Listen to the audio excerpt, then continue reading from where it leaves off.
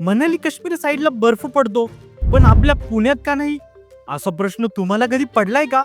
तर सीन असा आहे, नॉर्थ साइड म्हणजे हिमालयन रिजन, जसं की जम्मू काश्मीर, हिमाचल प्रदेश, उत्तराखंड या भागात दरवर्षी नोव्हेंबर ते मे मध्ये बर्फ पडतो.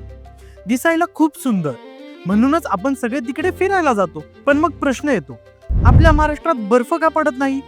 यामागे भौतिक कारण आहे.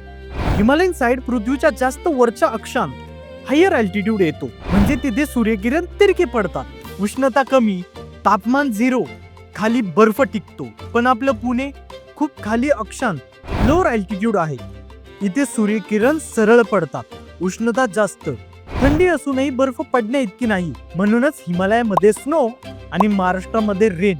समजलं? अशाच नवनवीन सायन्स मागचं लॉजिक असलेल्या गोष्टी जाणून घेण्यासाठी आम्हाला फॉलो करा. सीन काय समजला ना?